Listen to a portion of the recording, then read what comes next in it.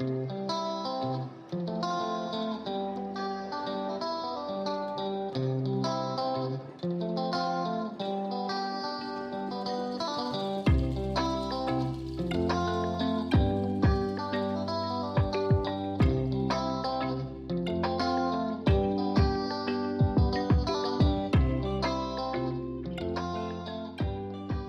a todos, espero que estejam bem. Muito obrigada por continuarem desse lado.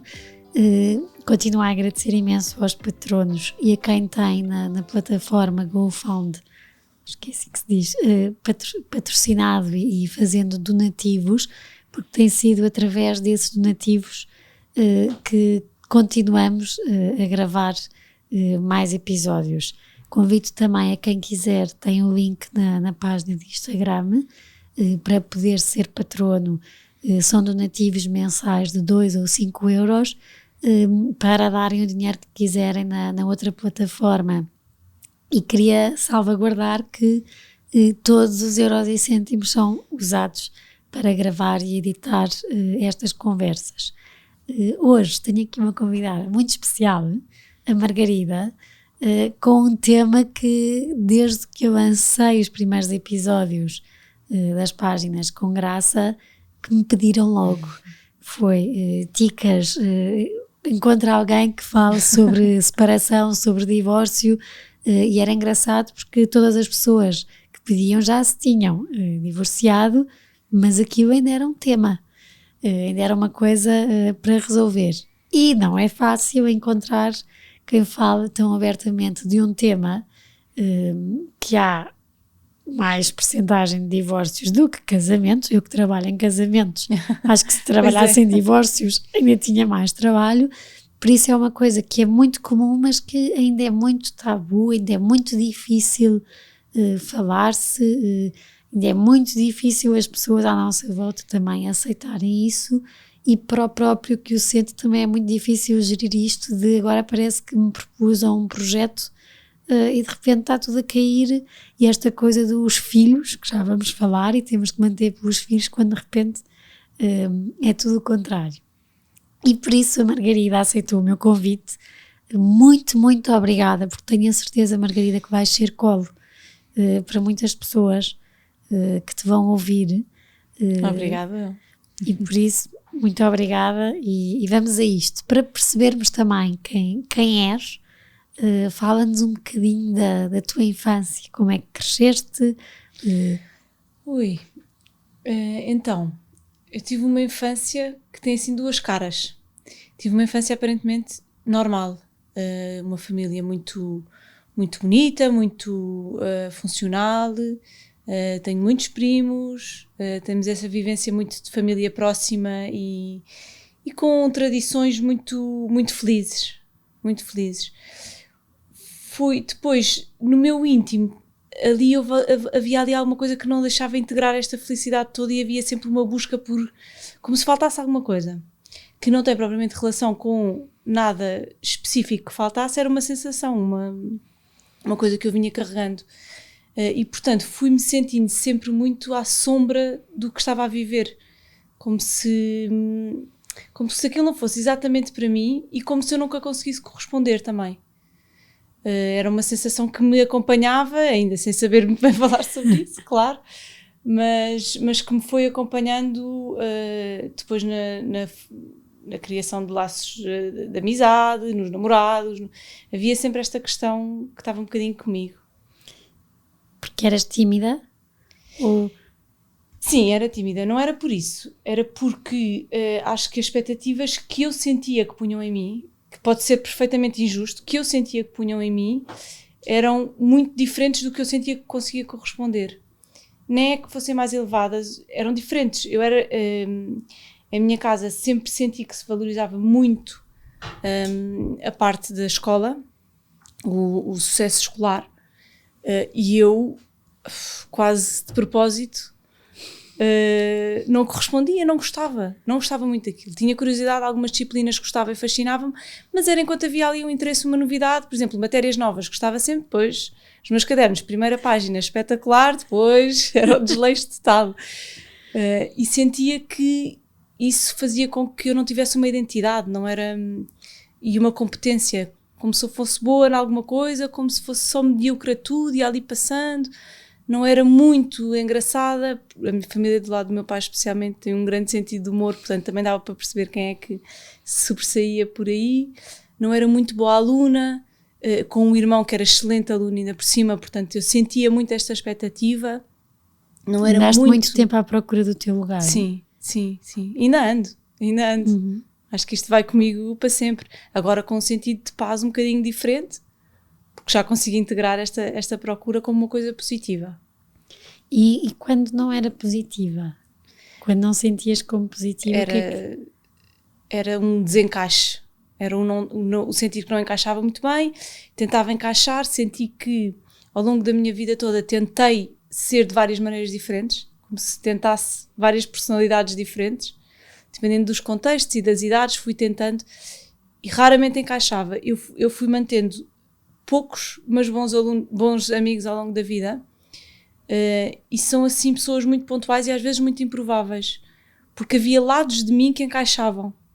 Não havia assim um global, mas havia lados de mim que se ligavam, e eu ligo-me às pessoas muito por coisas muito, às vezes lados muito íntimos, que é pouco provável, ou que a maior parte das pessoas não nos imagina juntos, ou não tem nada a ver com o resto do grupo de amigos, mas aquela pessoa diz-me alguma coisa e aí ligo-me e continuo ligada. E os que te conheciam em casa apercebiam-se disso? Nessa tua procura, encontro, não encontro? Não, eu acho que fui criada numa família em que as dores ou as tristezas eram desvalorizadas com a melhor intenção. Ou seja, aquela coisa que eu acho que a nossa geração tem muito isto, porque os nossos pais e as nossas mães tiveram muito isto, que é, cais, já passou, não é nada, não é? Porque fica mais fácil assim, não é? De facto, se nós fizermos um grande alarido sobre uma dor ou uma ferida, é muito pior, e verbalizarmos então é muito pior, e aí é real. E então o disfarçar e o não valorizar nesse sentido, eu acho que era conscientemente, era um propósito para que a vida fosse mais fácil.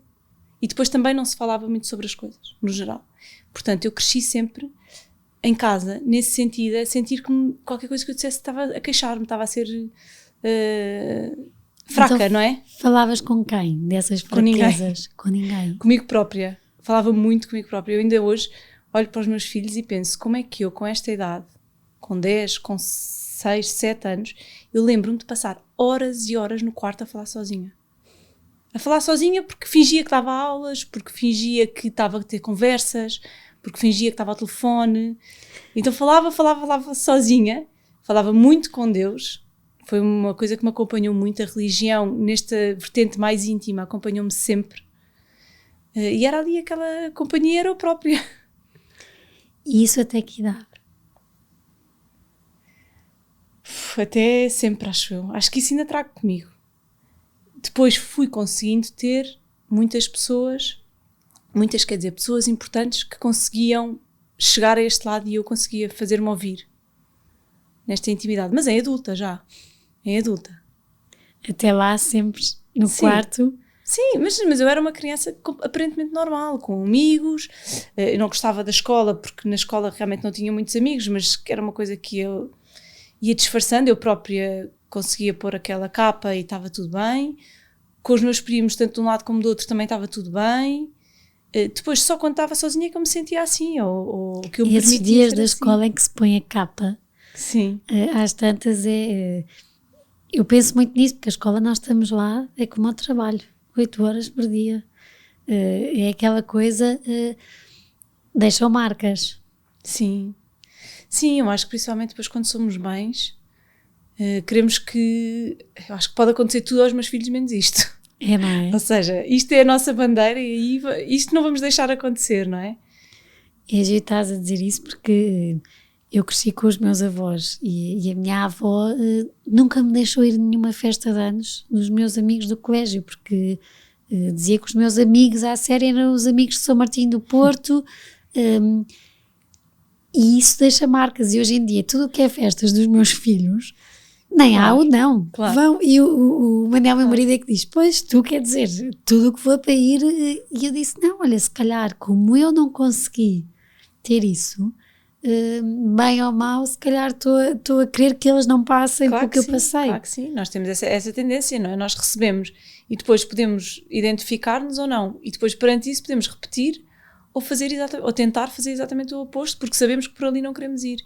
E eu, em adulta, fui criando muito esta consciência, não só como mãe, mas principalmente a maternidade traz isto, a mim traz-me isto, de tudo o que eu não queria fazer. Ou seja, muitas vezes sinto-me perdida com o que eu estou a fazer e com o que eu quero fazer, não sei muito bem, mas o que eu não quero tenho a certeza absoluta. Isso é muito vincado em mim. Então foi um caminho que foste fazendo por ti. Sim. Sem ajuda, ou seja, porque também não conseguias verbalizar as fraquezas. Sim, nem achava que tinha sentido. Nem tinha sentido nenhum estar a pedir ajuda. Ou seja, isto era uma coisa minha. Durante muito tempo achei que não era suposto. Ou seja, não havia nada. É aquela coisa que dizes, tens tudo, o que é que não tens de te queixar, então bora. Não é? Não tenho nada que me sentir assim. E depois fui percebendo que de facto havia ali algumas coisas que tinha sentido rever e perceber bem. Mas já muito adulta. Eu acho que depois de ser mãe. O ser mãe fez-me olhar para mim de outra maneira e fez-me levar-me a sério. No sentido em que eu tenho que estar bem. Isto não é uma coisa que pode passar sem ninguém reparar, porque há alguém que vai reparar. E se durante muito tempo podia acontecer ninguém reparar eu não estar bem, com filhos não dá. Não e podes... temos que estar bem para eles, não é? Sim. E como é que isto para a Margarida, que vai percebendo, vais percebendo por ti, sempre à procura de te encontrares. É fácil começar um namoro, começar uma vida a dois com esta procura, o encaixe, não encaixe? Foi fácil? Olha, foi fácil porque eu acho que eu era uma master do disfarce, ou seja, eu própria não tinha essa consciência. Eu comecei o namoro, casei, tudo isso fiz by the book, ou seja, e não foi difícil isso, e eu estava verdadeiramente a querer e fiz as coisas porque quis. Agora, a motivação é que eu não percebia que não era a certa, ou que não era a que eu queria, para mim, não é? E quando é que te apercebeste que não era? Olha, eu conheço muito bem há muito tempo, mas durante muito tempo pensei que não era suposto eu sentir-me assim. Portanto, que o correto era o que eu estava a fazer e não o que eu estava a sentir. E, portanto, fui lutando por isso, não é? Fui fazer, concretamente, trazia-me felicidade aquilo que eu estava a fazer. Portanto, era o que era suposto. E era mais fácil ignorar o que eu estava a sentir. E depois, com filhos já a crescer e a perceberem e a verbalizarem conhecimentos que vão tendo sobre o amor e sobre o que é isto do amor, tu vais pensando, mas não era isto que eu queria que ele percebesse, não era assim que eu queria que ela visse os pais, não era assim que eu queria que... E aí vais pensando, então se calhar aquilo que eu sinto tem alguma razão de ser, e não é só uma loucura ou uma estupidez ou uma queixa, não é? E foi fácil verbalizar? Não foi nada fácil. Eu tive estavas a dizer há bocado, sem ajuda, eu tive uma grande ajuda que foi a terapia familiar. Porque por mim fui fazer o curso de terapia familiar. Não porque tive em sessões de terapia familiar, percebes? Mas, como em tudo, eu acho que é impossível não ser assim, fui bebendo também para mim e fui refletindo também para mim muito daquilo que estava a perceber e a ver à minha volta e das famílias que via e os casais que via, e depois especializei-me também mais na terapia de casal também por isso, e isso foi o que me ajudou a perceber onde é que é o limite do que é suposto e mais do que isso, até que ponto é que resulta estar a insistir numa coisa que não é o que eu quero, que não é o que eu sinto que quero, não é? E quando vês, é como se tivesse a oportunidade de ver à tua frente casais e famílias 10, 20 anos, 30 anos à frente e percebes, pá, eu não quero ir para aí. Então é uma oportunidade brutal, sim, de te rever, não é? Porque o que é que te fazia manter? Era está tudo bem comigo, não é? De repente a Margarida tem uma vida ótima. Tem uma vida casada, com um marido espetacular, com filhos espetaculares, tem um trabalho que gosta, está tudo bem. E eu deitava-me à noite e pensava, eu posso fazer tudo mal, mas eu isto já conquistei. Eu isto sei que a minha mãe e o meu pai têm orgulho em mim nisto. E sei que gostam, e que gostam do meu marido, e que gostam... Portanto, isso dava-me um descanso enorme. Saber que correspondi à normalidade em tanta coisa.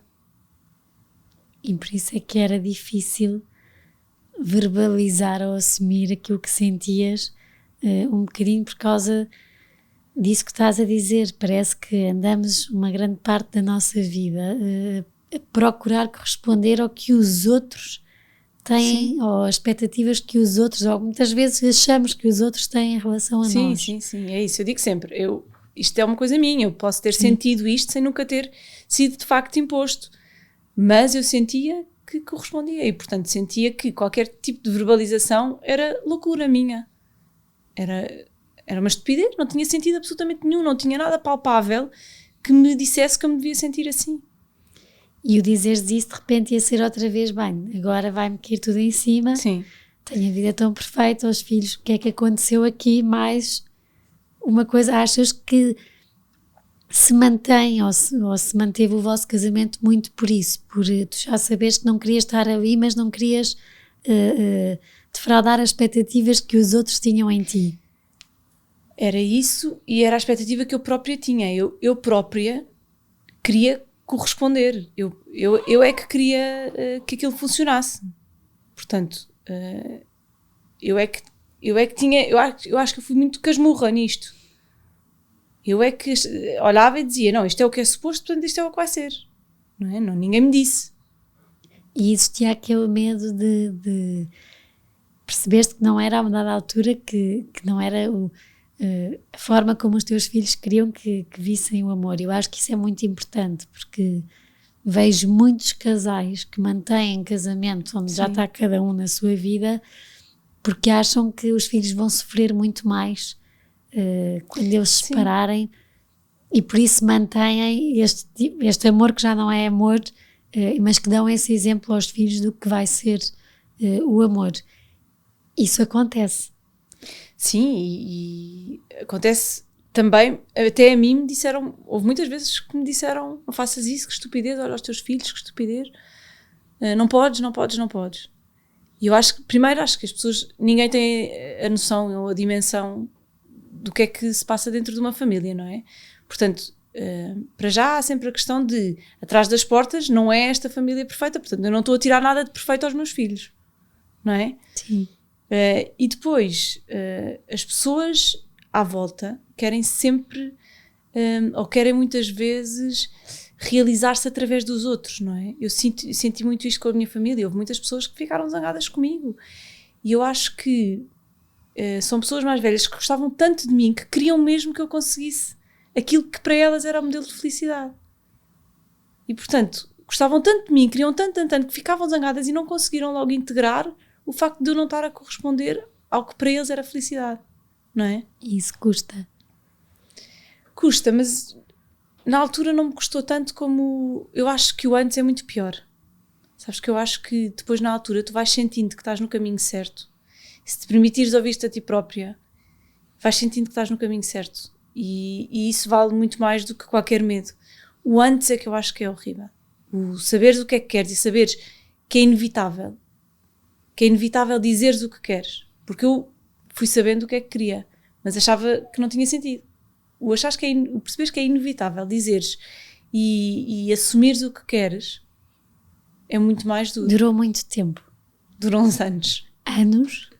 Sim. E eu sempre tive muito isto consciente. Os meus pais separaram-se quando eu já era adulta, portanto eu fui percebendo o divórcio e a separação de uma forma adulta e próxima, não é? Quase analisando. E eu sempre tive consciência de que não ia sair se não tivesse a noção que estava no limite dos limites. Até se possível já ultrapassado os limites. Porque eu não queria ter dúvidas nenhumas. E isso não me deixei nunca ter. E depois na altura tive durante 3 anos ajuda, estive a fazer psicoterapia para perceber também se eu estava a pensar bem, para alguém me ajudar a perceber se isto era só loucura. Já fui tendo algumas amigas com quem conseguia falar e que percebia, eu não estou propriamente maluca, não é? Mas depois consegui integrar isto na minha história e no que é que isto quer dizer para mim e porque é que isto me está a acontecer, não é? Porque eu não queria aquilo, eu não queria que aquilo me acontecesse, mas estava-me a acontecer. Eu termos uma coisa e querermos tanto, mas ao mesmo tempo sabemos que o caminho não é por ali. E durante anos deve ter sido desgastante, ou não? Ou a capa era tão grande? Não foi desgastante, eu acho que desgastante foi antes. Quanto mais eu caminhava nesse processo, mais leve eu estava, mais certezas eu tinha e mais fácil era para mim perceber. E mais confiante estava também. Portanto... E aquelas perguntas que há muito, não sei se nos homens tanto, porque os homens também não falam tanto comigo, mas nas mulheres nós temos o nosso relógio biológico. E uma mulher que se separa aos 33, nessa perspectiva, é diferente do que um homem que se separa aos 33, porque há a pressão de querer serem mães e da idade e daquela coisa muito além disso também e agora vou ficar sozinha. E agora vou ficar sem os meus filhos numa semana ou aqueles fins de semana. É pesado isto tudo, gerir isto tudo. Sim, essa é a parte difícil. É óbvio que essa é a parte difícil. O único dia que eu tive mesmo mal, que eu tive mesmo triste e que chorei horas e horas e horas, o único foi o primeiro dia em que eu tive 6 miúdos. E aí foi duríssimo. E aí eu só... Porque eu nunca não cheguei a pensar, eu não devia ter feito isto, o que é que eu fui fazer? Não era isso, era e se eles precisarem de mim? E se eles precisarem, onde é que eu estou? Não é? Eu só saí quando saí com eles. Porque tinha muito consciente que não queria nunca que pensassem que eu os deixei para trás. E eu própria, pensar que os deixei para trás, também era isso. Mas naquele primeiro dia em que estive sem eles, é horrível. E dói, e tens que estar sempre a ter a certeza, a lembrar-te porque é que estás a fazer isto. Porque é que tem que ser assim. Não é uma coisa que eu não queria para mim, que eu não queria passar por isto, que eu não aconselho a ninguém, mas que às vezes no contexto, a única solução que há. E aí nessa gestão dos filhos, porque eu acho que é importante para quem nos ouve, porque acho muito, e diz-me tu também, porque tu é que também és a terapeuta, é uma das principais razões que mantém estes casamentos, que já são divórcios à vista, sim, mas claro, uma das principais razões. Como é que foi feita depois essa gestão? Porque imagina, hoje em dia vê-se de tudo. No outro dia estávamos a jantar entre amigas e uma amiga minha, que é diretora de uma escola, dizia, eu passo horas a assinar despachos ou citações dos tribunais, porque um pai diz que a filha tem que sair às 3, o outro diz que tem que sair às 4, e o que eu vejo é que há uma guerra entre pais, entre egos, sim, e que os miúdos se perdem ali pelo meio. Claro. Como é que é gerir, porque um divórcio é pesado.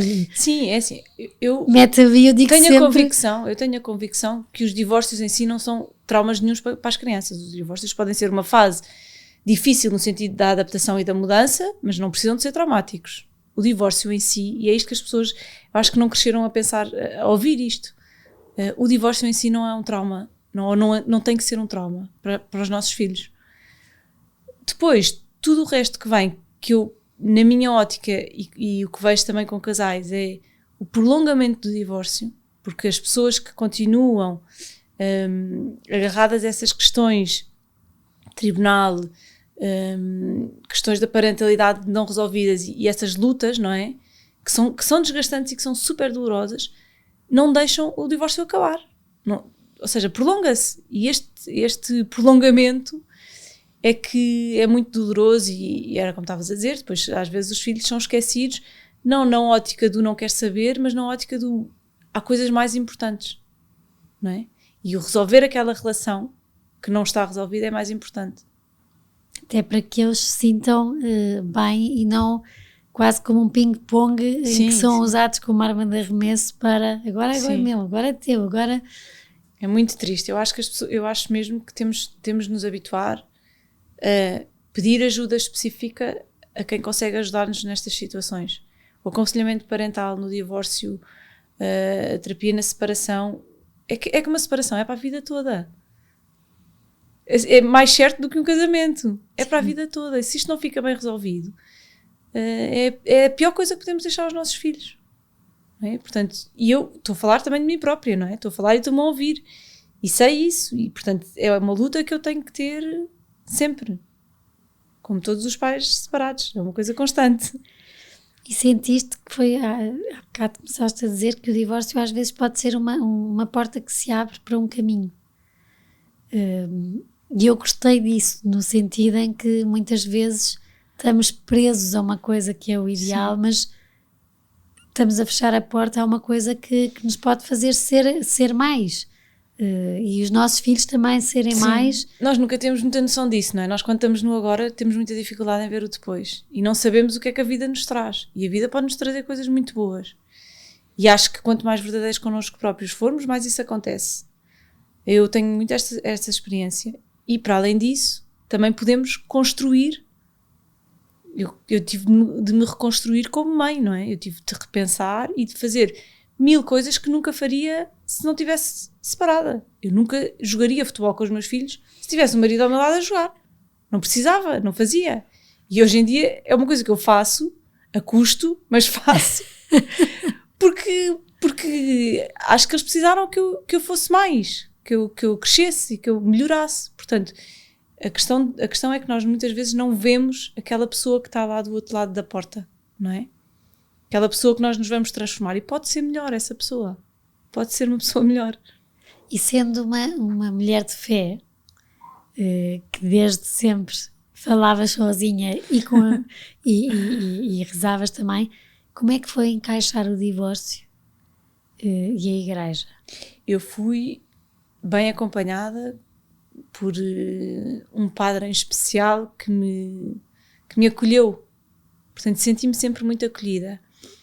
À mesma, no meu íntimo e em termos pessoais, mas não na vivência com a igreja, mas em termos pessoais, é difícil perceberes que é um projeto que tu crias e que estava alinhado com tudo o que a tua igreja diz, e de repente já não é bem assim, não é? E de repente tens que assumir que há uma data de coisas que não podes fazer e que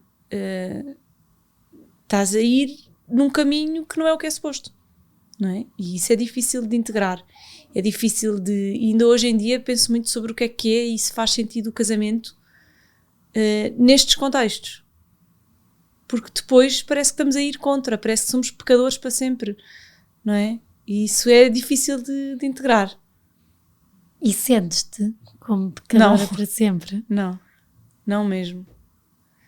Não, também é isso, tive muito colo da igreja, tive a sorte de ser acompanhada por pessoas boas, não é? E que me fizeram sentir que este caminho não é um caminho bom, não é um caminho que ninguém queira, não é um caminho fácil, mas se é o teu caminho, então Deus está contigo.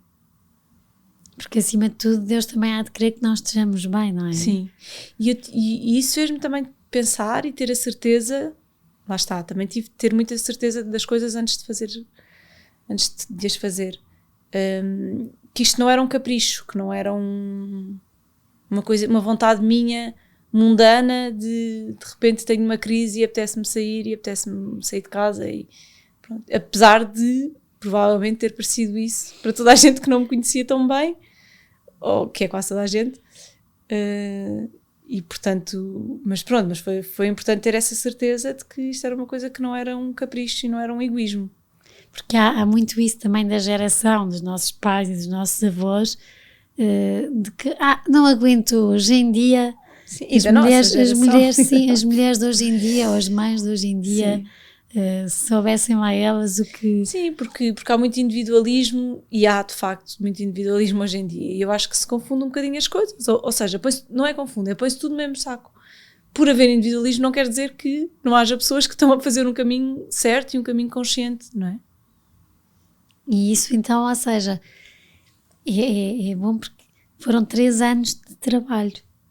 contigo Sim. própria para perceberes que era mesmo esta decisão. Para perceber e para enfrentar e para levar para a frente. E quando a levas? O primeiro dia que ficaste com os miúdos foi o derradeiro dia. Sim. E a seguir, de repente, reconstruíste e voltares a conhecer-te enquanto Margarida. Olha, foi muito duro a questão de estar sozinha e de fazer tudo sozinha. Eu não tive, salvo alguns momentos com algumas amigas, eu não tive apoio quase nenhum. Eu fiz umas mudanças de casa praticamente sozinha. Eu li livros de instruções da televisão, que eu nunca tinha pegado num livro de instrução na vida. Eu não fazia ideia como é que se fazia um contrato de gás e da eletricidade. Eu não sabia nada da vida. Nada. E, portanto, isso foi duríssimo. E senti-me mesmo sozinha. Não era suposto eu estar sozinha a passar por isto, mas passei pela maior parte das coisas. Tive a sorte, ou tive o privilégio de descobrir neste caminho o meu irmão, outra vez, que nunca nos tínhamos dado assim tanto, e sem nunca falarmos sobre as coisas, sem nunca me ajudar nas instruções da televisão, ainda assim esteve sempre lá neste caminho, desde o momento em que eu me separei. E isso foi bom. E teve até a tentativa de ter um bocadinho a conversa do veja lá se é mesmo isso não é bom, isto é difícil, porque eu também tinha passado por uma coisa parecida, não é bom, é difícil, não sei o quê, disse, não vale a pena. Não vale a pena vir com essa conversa porque está feito. E depois nunca mais tocou e nunca mais teve essa atitude. Ou seja, nunca tive sentir com ele que tinha que corresponder a uma expectativa e tinha que me justificar, porque eu tinha muito que me justificar a toda a gente, não é? Porque iam ter contigo ou porque tu sentias que tinhas de o fazer? Nunca senti que tinha de o fazer. Houve poucas pessoas que foram ter comigo, as outras todas perderam-se no caminho, porque houve muitas pessoas que nunca vieram ter comigo, que eu sei que se eu fosse ter e se contasse a minha história, a minha verdadeira história a essa pessoa, eles iam perceber-me. Mas entretanto perderam-se no caminho e portanto ficaram os mais próximos. Hoje em dia é muito fácil nós julgarmos pelo que parece. Sim. Não é? Não temos tempo para ser qual do outro verdadeiramente, para ouvir. Sim, eu tinha muito isso, não é? Acho que todos temos na nossa vida. Muitos amigos, muita família, muita gente à volta, mas pessoas que verdadeiramente sabiam o que eu estava a passar. Bem, até eu me separar, até o dia em que eu me separei, havia 2 pessoas só. E portanto isto foi um choque enorme. Temos aqui a Verinha, está no estúdio, se quiseres podes pegar. Se calhar vou pegar. Pega. Porque a Verinha também faz parte da história. Faz. Também vai entrar aqui.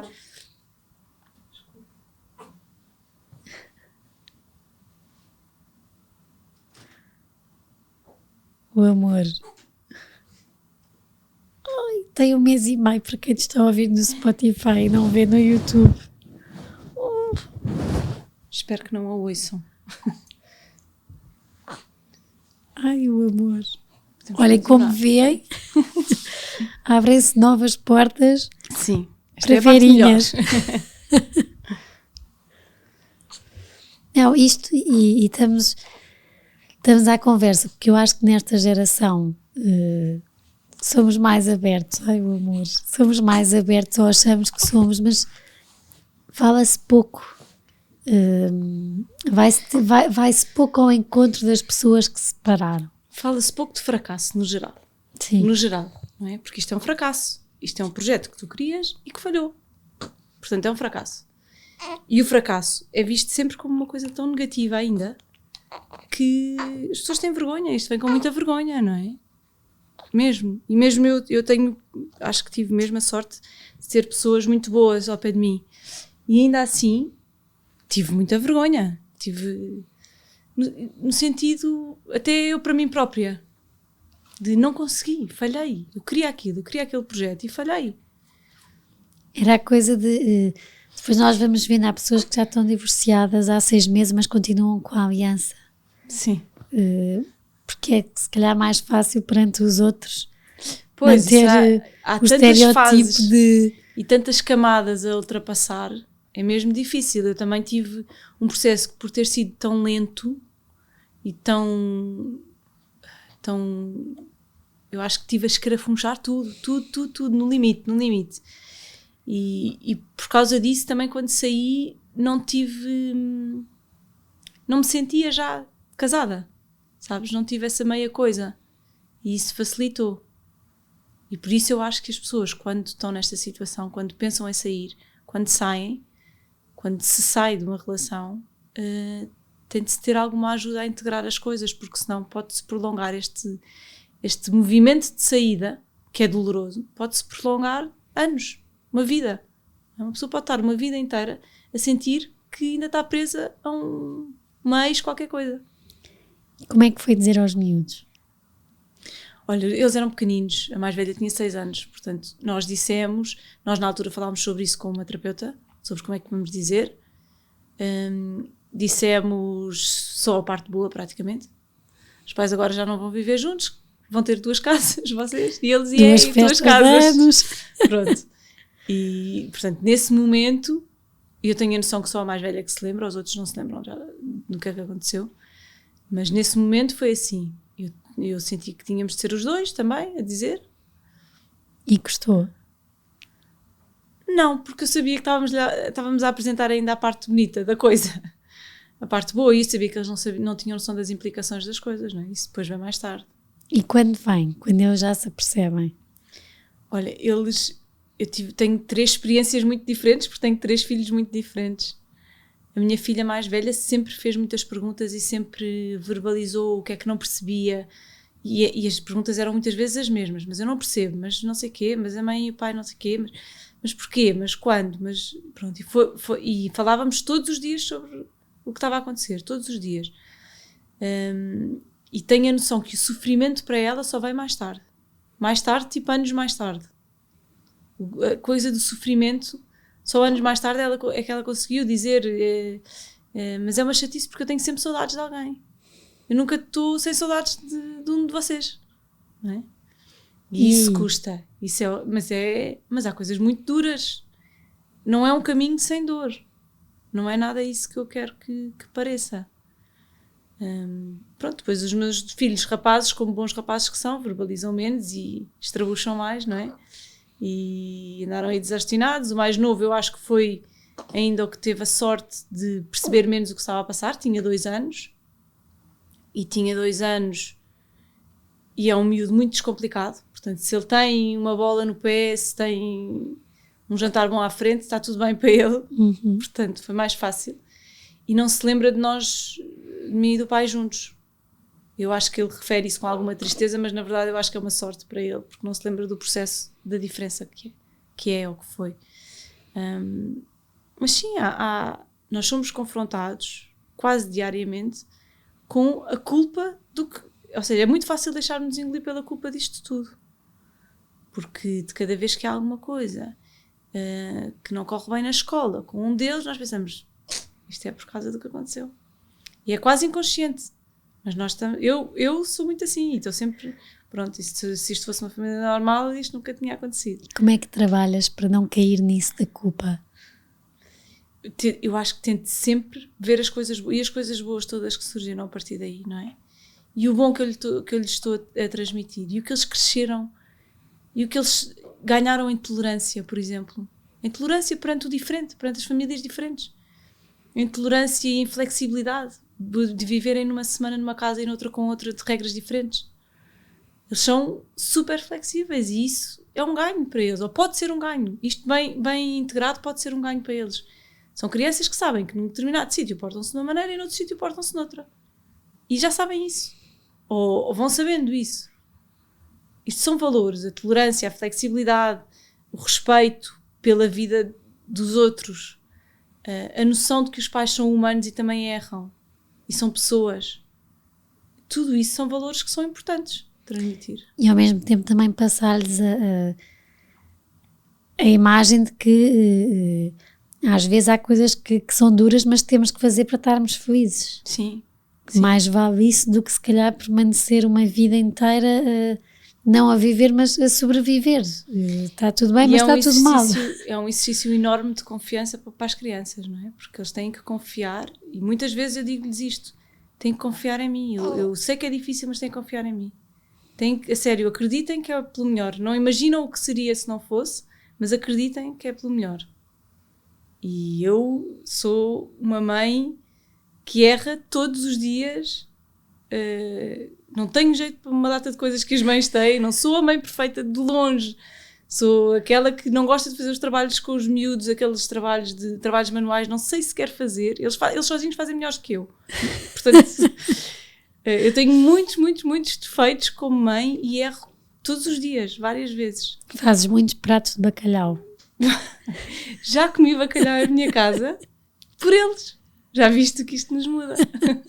Mas eles também não gostam, graças a Deus. Mas é uma grande transformação que é preciso ter coragem. Eu acho que, acima de tudo, num divórcio, eu acho que faz quem tem amor próprio. É a minha visão. Sim, sim. Numa conversa, quando olho, porque às tantas vejo casamentos que perduram, mas quem lá está já não tem amor próprio. É a noção do sacrifício, não é? É a noção do sacrifício que nos foi incutido como sendo uma coisa muito boa. O sacrifício. Sacrificar-te é muito bom. Agora, sacrificar-te porquê? Por quem? Quem é que vai ficar a ganhar, não é? Essa parte é que é importante pensarmos. O sacrifício em si não é bom. Não é uma coisa boa que se deve incutir às pessoas. É uma coisa que faz sentido quando alguém fica a ganhar. Não é? É verdade. E por isso é que eu há bocado te perguntei na igreja, porque às vezes quando olho vejo que muitos destes casamentos que perduram, mas que as pessoas se anulam uma à outra em vez de se fazerem crescer, se anulam, tem muito a ver com isso, porque uma doutrina mal interpretada, seguida à letra, Sim. sem termos quem nos fale dela com colo, pode levar muito a isso. Não sei, estou a perguntar-me sim. Calma, ao sacrifício, o sofrimento, porque então, não, eu não vou ser fraco, isto eu tenho que, porque é o suposto, e de repente vemos pessoas a anularem também os filhos sem se aperceberem, porque é aquilo que eles vão ver como exemplo. Sim. Uma mãe que não é feliz, um pai que também não são felizes, e de repente... E como relações, não é? A relação entre o meu pai e a minha mãe, se é isto, é o que é suposto eu procurar na pessoa que está ao meu lado, não é? Sim, eu acho que é muito mais fácil, e fácil não é no sentido do facilitismo, mas é mesmo mais confortável, eu percebo mesmo, é mais cómodo interpretar as coisas pela rama, não é? E eu própria vivi nisso muito tempo, é o que é suposto, então eu vou fazer isto, não é? E quando fui a fundo, e não era nada o que era suposto, o que é suposto é eu ser eu própria, o que é suposto é eu conseguir amar e ser amada. Isto não é nada, não é? E portanto, se eu continuasse pela rama, estava tudo bem, era o que era suposto. E depois às vezes também olha-se para a vida e vê-se, caramba, isto vai ter um fim, e estou a desperdiçar estes anos, estou a deixar de ser eu, não é? Tem um custo muito grande, não é?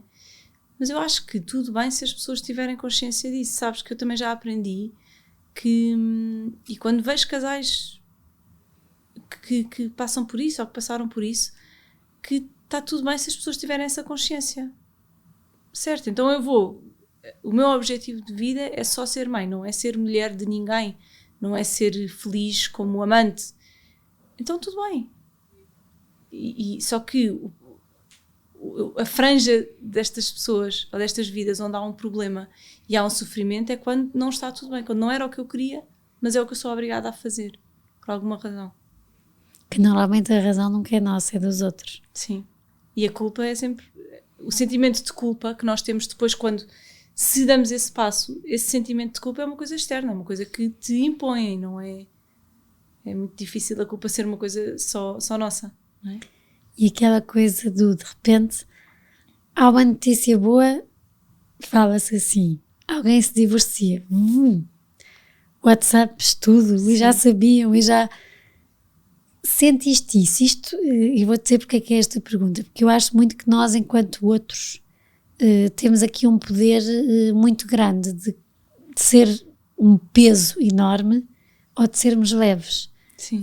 E para quem nos ouve, porque isto eu acho que quem nos ouve é miúdos e graúdos, e muito, Sim. para quem nos ouve perceber que um divórcio não é uma coisa leve, é muito pesado, exige muito... Estou a olhar para ti e estou a imaginar os teus 3 anos, até perceberes que era mesmo isto. Quer dizer, não era era um pedregulho Sim.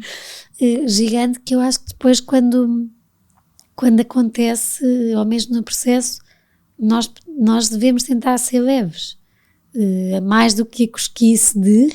Sim, eu acho que aqui impõem-se normalmente duas coisas. A parte da cosquice e do contar e saber, acontece em todo lado, e claro, também senti isso. Acontece muito também as pessoas acharem que a felicidade é igual para todos. E portanto, que para aquela pessoa ser feliz, eu vou ter que lhe abrir os olhos e dizer-lhe que ela só vai ser feliz daquela maneira e que não pode estar a fazer o que está a fazer. E isso custa imenso. E custa porque tu sabes que as pessoas fazem isso porque gostam de ti, mas à mesma estão a espetar facas, sabes? À mesma estão-te a dizer, não vais ser feliz assim, é impossível. Olha que não é possível seres feliz assim. É uma estupidez o que estás a fazer. Isso é horrível. E depois, para além disso, há muita gente que simplesmente não fala sobre isso contigo, sabes? Isso que desaparecem assim na penumbra, nunca mais viste, nunca mais ouviste falar, eram amigos, mas nunca mais. E isso dói. Isso dói. Porque há pessoas que são boas e que tu sentes que partilhaste muita coisa com elas e é uma pena perderem-se, não é? É verdade. E depois também, não sei se tiveste aquilo que é ignorar o óbvio. Teres de entrar numa sala onde as pessoas sabem que tu estás a passar um momento terrível, mas não se fala. Sim, mas eu evitei muito isso, muito. Eu sei que quando eu disse que me ia separar, absolutamente ninguém sabia, nem faziam ideia. Ninguém fazia ideia na minha família, fora da família, melhores amigos, padrinhos de casamento, ninguém fazia ideia. Havia, como te disse, do meu lado 2 pessoas que sabiam. E quando contámos, eu sei que foi uma bomba e tive a perfeita noção de parar e pensar, agora deixa explodir a bomba, deixa toda a gente falar, o telefone vai tocar, mas eu não quero saber. E na altura não... Lembro-me de me aliar muito, e eu estava noutra, eu tinha tratado de papéis de compra e venda de uma casa e eu não sabia fazer nada disso, portanto havia coisas muito mais práticas que me exigiram e é capaz de me ter protegido mesmo desse sofrimento com essas coisas que se iam passando. Eu nem dei por nada porque eu estava mesmo concentrada noutras coisas. E depois foi fácil voltar a ter um namorado? Olha, foi muito fácil porque ele é uma pessoa muito fácil, foi muito fácil para mim apaixonar-me por ele. Foi mesmo, porque também já estava há muitos anos desligada emocionalmente, não é? Estava bem, estava reconstruída já. Tive uns bons meses sozinha e depois comecei a conhecê-lo e comecei a perceber que até achei, do princípio, que normalmente se acha que isto é só uma pessoa que vai ser só para limpar, não é? Mas depois havia tanta coisa boa e tanta coisa construtiva que foi ficando e foi sendo cada vez melhor. Agora, é muito difícil ser uma família recomposta. Isso é mesmo um desafio diário. É mesmo. E temos de nos, sei lá, superar. Com muitos medos? Ou não? Sim, com muitos medos e muitas certezas que estamos a fazer mal. Não é só o medo, eu tenho certeza que estou a fazer isto mal. E não consigo mudar. E depois tento outra vez e tento outra vez. E pronto, e nisso também tenho os meus filhos que são os meus melhores amigos nisso, porque ajudam-me imenso a perceber o que é que eu estou a fazer mal. Têm reações que para mim já são óbvias do que eu estou a fazer mal. E vamos readaptando sempre tudo. É difícil. E o nascimento da Verinha? Eu acho que o nascimento da Vera foi o fechar de um ciclo e foi assim a peça que faltava na nossa família. E sinto muito isso pelos meus filhos. Sinto que eles próprios também conseguem agora ter um sentido de pertença diferente, mais profundo. Que amor. E fácil para as pessoas à volta? Sim, eu acho que isso já sim. Lá está, era o que estavas a dizer, tudo que são coisas boas, notícias boas, é muito mais fácil pelo menos de te dizerem que bom, que feliz que estou por ti. As minhas amigas mais próximas, sei que ficaram mesmo felizes por mim. Depois o resto não sei se é conversa ou não, mas também não penso muito sobre isso. No meio disto tudo, Margarida, ainda há no meio uma altura em que vais fazer um exame e descobrem que tens alguma coisa na tiroide. Sim, isso foi antes de casar. Aliás, como é que foi isso? Olha, eu tinha 21, acho que tinha 21 anos. Olhei para o espelho e tinha um nódulo e fui ver e percebeu-se logo que era mau, e pronto, e lembro-me fiz uma biópsia, aquela coisa muito pouco confortável. Foi para a análise, recebi a notícia de que era maligno, lembro-me de ligar ao meu irmão, que é médico, dizer o que é que isto quer dizer. E lembro-me dele dizer, olha, é do mal o menos, não tem nada para ser grave, trata-se, vai ser fácil. E o meu médico também lembro perfeitamente dele me dizer, você vai morrer de velhinha, não se preocupe, não tem nada a ver com isto. E são coisas que nos ficam e que nos ajudam a perceber que foi um susto, mas foi tranquilo no sentido em que confiei muito, muito, muito em Deus e em Nossa Senhora, muito. Senti na altura, lembro-me perfeitamente, a urgência de pôr em prática uma data de projetos como casar e ter filhos. E acho que foi muito impulsionado por esta experiência. Fazê-lo na maneira que estava e como estava e com quem estava e com a felicidade que tinha na altura. Foi muito impulsionado por essa experiência do medo de um momento para o outro, já posso não estar aqui, não é? Lembro-me também de ter de ser forte pelas pessoas que estavam à minha volta. Acho que nunca percebi a gravidade da coisa, mesmo depois. Isto sempre foi uma coisa mais leve, porque eu nunca me deixei, acho que integrei mesmo aquilo que a minha mãe fazia quando eu caía, do levanta-te e a fingir sacode as calças e não está nada, está para a ferida que não dói. Pronto. E fiz mesmo isso. E acho que cumpri esse comportamento nessa altura. Não sei se resultou ou não, calculo que, não é? Sei que os meus pais ficaram mesmo preocupados, de certeza. Também nunca me mostraram no sentido de... Nunca me afligiram. Sempre foi uma coisa com fé e confiança, vai correr tudo bem. Tu és uma pessoa de muita fé. Sim, sim. E tenho tido provas de que não há outra maneira de estar bem, para mim. Não é? Ou seja, nem há razões nenhumas para duvidar disso. Às vezes as coisas não correm como nós queremos. Muitas vezes. E tudo isto que falámos hoje, não é? São coisas que não correram como eu queria, mesmo. Mas tenho sempre a certeza absoluta que há uma coisa melhor, que eu nem imagino, sabes? Espetáculo. Porque isto, a vida não é de todo linear e põe-nos à prova. E eu nunca passei por um divórcio. Acho que passo pelas coisas todas que um casamento tem, que não são só florzinhas e tudo cor-de-rosa, porque eu acho que é muito também, nós falamos de tudo o que é mau, discussões entre amigos fala-se. E é como eu costumo dizer, estamos num jantar, todos de casais, eu digo sempre, bem, agora o carro fecha-se a porta do carro e Sim. Porque há muito esta necessidade de parecer a família perfeita, os casamentos perfeitos, e acho que, e por isso é que queria muito ter esta conversa, os nossos filhos, e ao contrário de nós, que crescemos com o conto de fadas, com o príncipe encantado, que é tudo tão perfeito, porque se calhar nunca víamos discussões, porque se calhar era aquela coisa... que de repente, mesmo o próprio casamento, pode ser um choque e de repente não é tudo como a Euro Disney, não é tudo como e os príncipes. Claro. E acho que é muito importante falar-se disto para os teus filhos e outros filhos, de repente perceberem que há esta realidade. Há famílias que ficam juntas uma vida inteira, mas nem tudo é um conto de fadas, porque... há desencontros, há coisas que começam de uma maneira, não é? A felicidade, eu acho que nós estamos pouco habituados a isto. A felicidade também tem dor. Não é a ausência de tristeza. Não é a ausência de dor. É só saberes lidar com isso e saberes dar a volta e saberes que há outra coisa para além disso. Não é? E nós, um casamento feliz ou um casamento desejado, em que continua a ser desejado estar ali, não quer dizer que esteja sempre tudo bem e tudo feliz. Feliz no sentido de cara feliz, não é? Sim. Nós não estamos muito habituados a isto, não é? Pois não. Eu adoro porque a família do Manel, do meu marido, diz tudo. Nós estamos e o que sentem dizem. Sim. Tipo, a italiana. Então, eu acho que isso às vezes faz bem. Não é o comum. Pois. Mas às vezes faz bem, porque o que eu sinto, pronto, o que está aqui, o que se está a sentir aqui está-se a ser dito.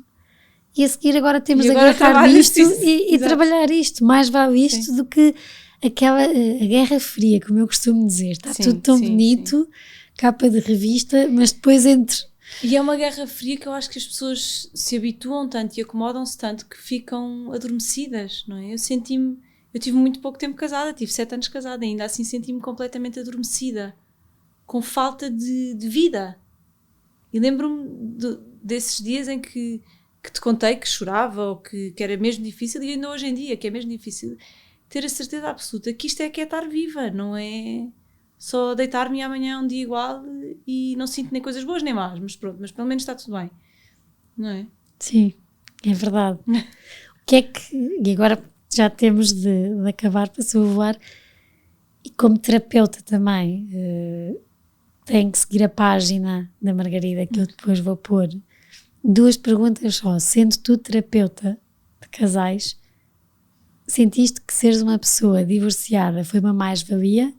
Ou que às vezes, imaginei como as nutricionistas que às vezes não são tão elegantes e que uma pessoa pergunta então onde é que eu vou buscar a motivação se aí desse lado não está a fazer por isso. Sentiste que podiam olhar para ti dessa maneira? Estou a vir a uma terapeuta que... Senti dos dois lados. Eu bebi muito da experiência de ser terapeuta e continuo a beber muito da experiência de ser terapeuta como mãe divorciada, família recomposta, etc.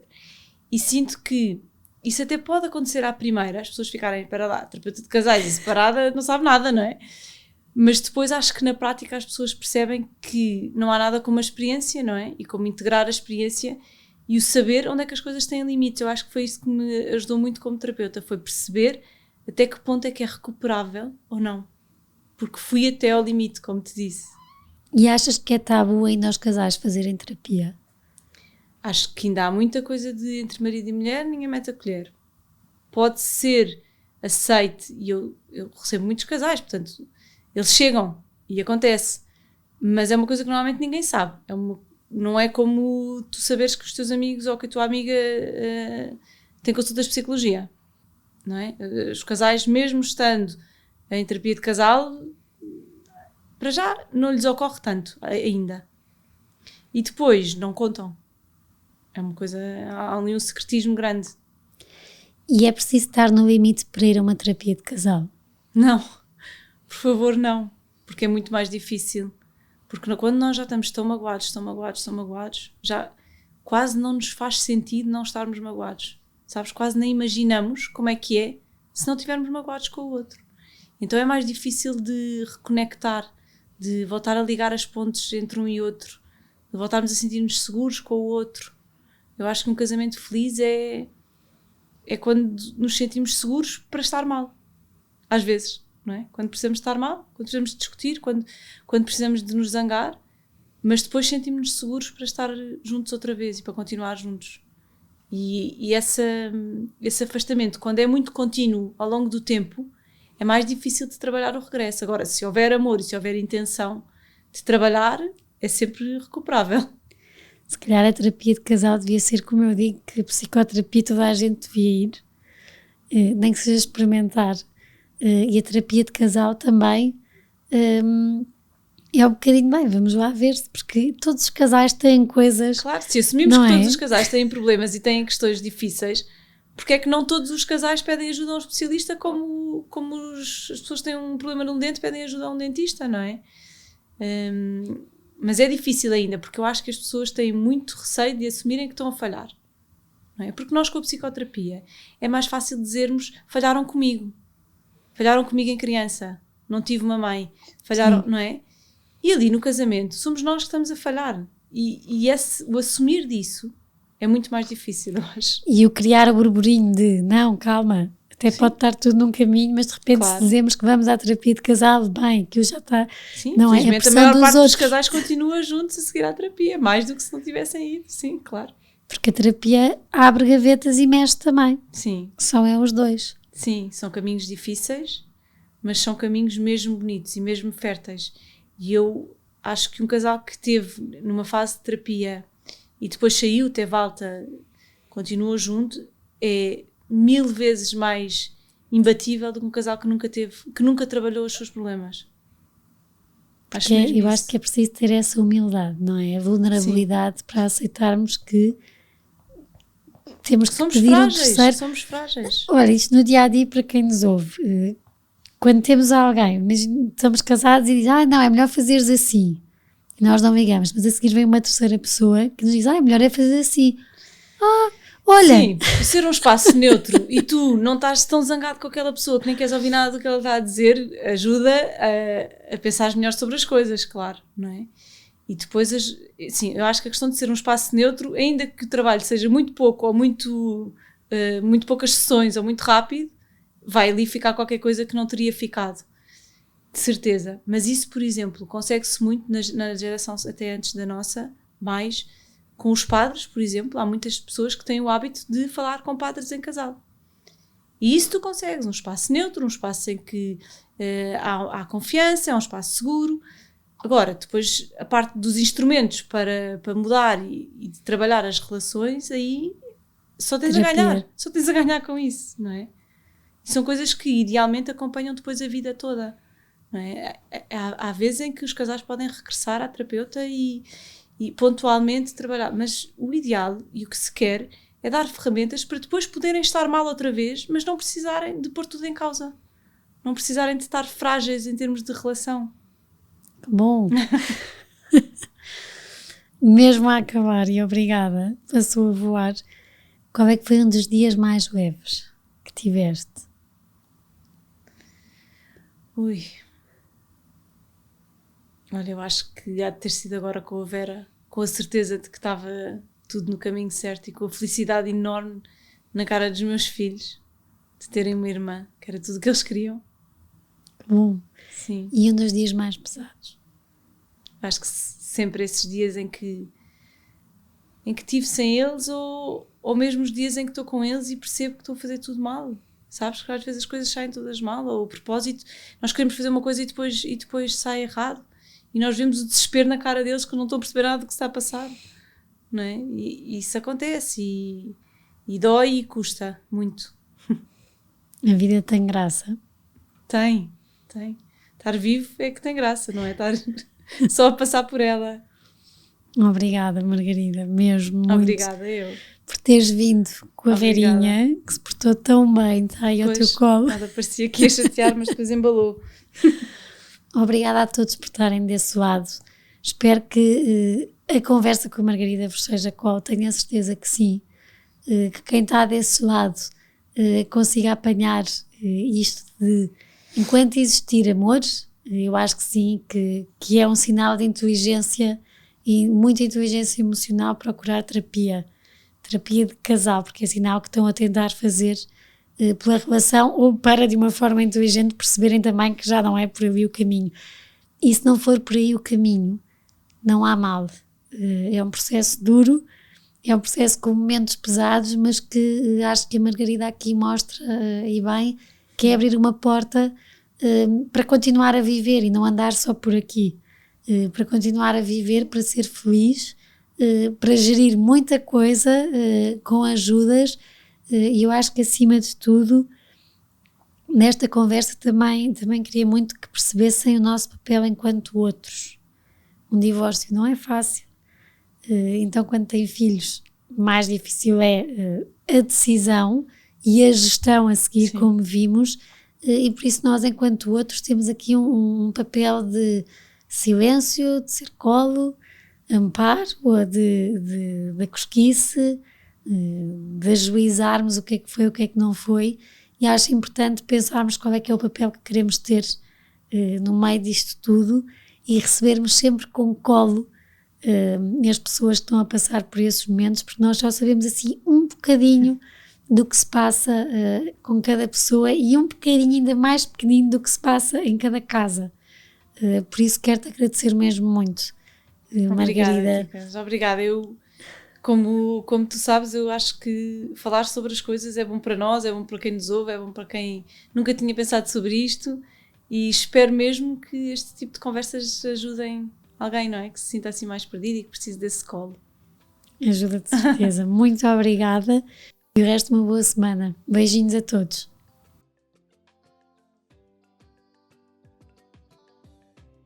Obrigada por terem estado connosco até aqui. para terem acesso a conteúdos exclusivos do podcast Páginas com Graça, como quem serão os convidados e saberem com antecedência, poderem fazer-lhes perguntas, terem acesso a conteúdos extra que vamos conversar e que vamos falar aqui. Poderão ser patronos. A descrição está no perfil, como poderão e como poderão sê-lo, e será sem dúvida uma mais-valia e um grande apoio para este projeto que eu acredito e que acho que os meus convidados também gostam e que irá contar muitas histórias e que, claro, que se tiver a vossa ajuda e o vosso apoio poderemos continuar a conversar mais e a deixar capítulos e livros contados.